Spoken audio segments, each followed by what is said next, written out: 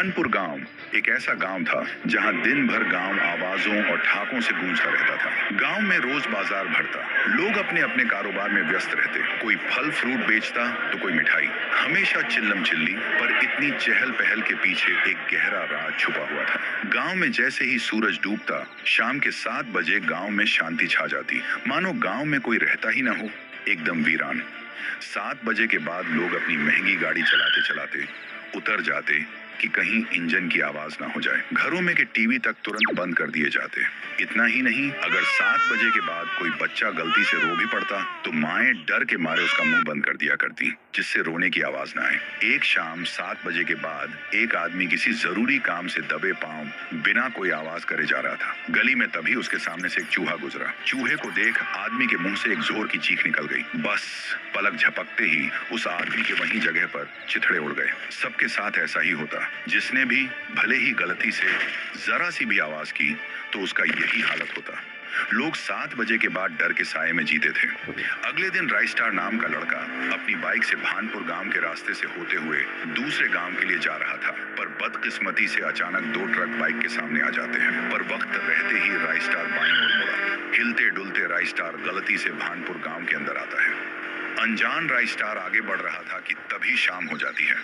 चारों तरफ से सिर्फ एक ही आवाज गूंज रही थी, कृपया सारे लोग कदम भी फूंक फूंक कर रखिए, जरा सी भी आवाज आपकी मौत की कारण बन सकती है। 7 बजने में कुछ ही मिनट बाकी है। तभी राइस्टार देखता है कि बाजू से एक आदमी राइस्टार के सामने सफेद कार खड़ी करके उसमें से उतरता है और कार को धक्के मारते हुए कार को आगे बढ़ा रहा है। उस आदमी ने जैसे ही कार पार्क की, राइस्टार हैरानी से बाइक से उतर के उस आदमी के पास चला जाता है और उसे कहने लगता है, अरे भाई, मुझे एक बात बताओ कि तुम गाड़ी चलाते चलाते अचानक धक्के मारने क्यों लगे थे? क्या तुम्हारी गाड़ी खराब हो गई है? और ये जो सब लोग दबे पांव चल रहे हैं, ये अजीब सी खामोशी और फुसफुसाहट क्या है? वो आदमी पसीने में भीगा हुआ था। उसने घबरा कर कहा, तुम्हें अगर अपनी जान प्यारी है और मरना नहीं है तो अपना मुंह बंद रखो। 7 बजने को केवल 2 मिनट ही रह गए हैं बस। तुम दूसरे गांव के लगते हो, इसलिए अनजान हो। चलो मेरे घर में जल्दी से, पर याद रखना अंदर जाकर जरा सी भी आवाज मत करना, वरना हमारी खैर नहीं। राइस्टार को कुछ समझ नहीं आया, पर उस आदमी की आंखों में खौफ देखकर वो चुपचाप उसके पीछे पीछे उसके घर के अंदर चला गया। अंदर राइस्टार ने पूछा,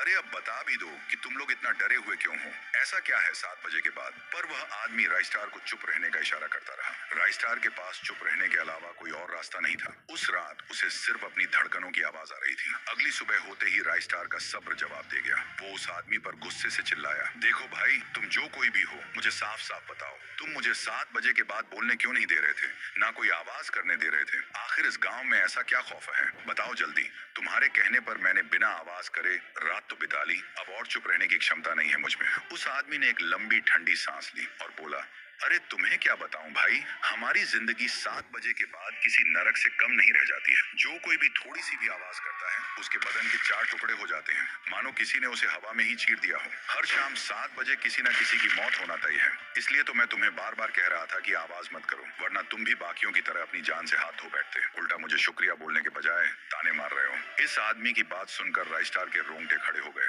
उसको एहसास हुआ कि वह कैसे बच पाया था, पर वो डरने वालों में से नहीं था। उसके दिल में एक आग जल उठी कि आखिर इस दहशत के पीछे राज क्या है। उसने फैसला किया कि वो इस डर का सामना करेगा। राइस्टार गांव के बाहर आकर 2 सबसे ताकतवर और बड़े बड़े स्पीकर लगाने लगा। राइस्टार ने वो स्पीकर्स सारे गांव के हर घर की छत पर, हर ऊंचे पेड़ पर और टावर पर लगा दिए और उन सबको एक साथ जोड़ दिया। शाम हुई, 7 बज गए। गांव में मौत का सन्नाटा छा गया, पर राइस्टार ने लगाए हुए स्पीकर भी अपना कारनामा शुरू कर देते हैं। कान फाड़ देने वाली भयानक आवाजों से पूरा भानपुर गांव गूंज उठा। अभी अचानक आसमान में काली बिजली के साथ थूम थूम बहुत तेज गुस्से में गांव के बीचों बीच उतर आया। उसकी आंखें आवाज को सुन उसके कानों में से खून निकल रहा था। थूम थूम चिल्लाया, नहीं छोड़ूंगा, नहीं छोड़ूंगा किसी को। किसको मारूं, कैसे मारूं?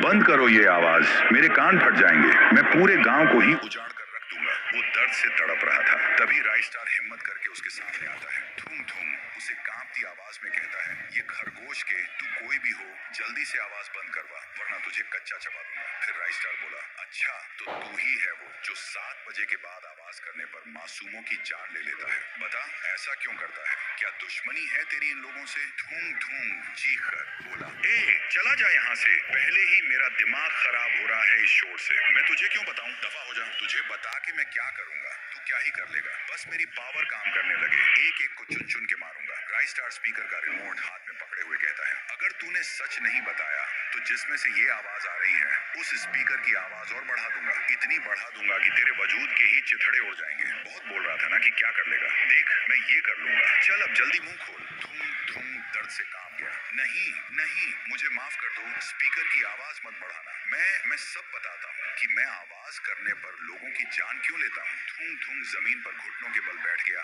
दरअसल मेरा नाम थूंग थूंग है। मैं इस गांव का नहीं था। मैं यहाँ JEE का एग्जाम देने के लिए रहने के लिए कमरे की तलाश करते हुए इस गांव आया था। एक रूम मुझे मिल भी गया। कल मेरा एग्जाम था, इसलिए मैं रात को अपने कमरे में बैठकर पढ़ रहा था। मेरे लिए वो इम्तिहान मेरी जिंदगी था। पर मेरे रूम के बाहर गांव के सरपंच के कुछ गुंडे बेटे नशे की हालत में गाने की आवाज फौल बढ़ाकर नाच रहे थे, गालियां बक रहे थे। मुझे उनकी गानों की आवाज से पढ़ने में डिस्टर्ब हो रहा था। मैं बस उनके पास गया और उनसे मिन्नत की, भाई प्लीज आवाज कम कर लो यार, कल मेरा पेपर है, मेरी जिंदगी का सवाल है, मुझे तुम्हारे आवाज से डिस्टर्बेंस हो रही है। पर वो जानवर, उन्होंने मेरी एक न सुनी, उल्टा मुझे ही गाली बकने लगे। देख रहे बिडू, लोग आज तक अपुन से किसी ने सर उठा के भी बात नहीं करी, और ये पढ़ाकू बंदर जैसा दिखने वाला लड़का अपुन को ज्ञान पेल रहा है और हमारी पार्टी को खराब कर दे लिए है इसने।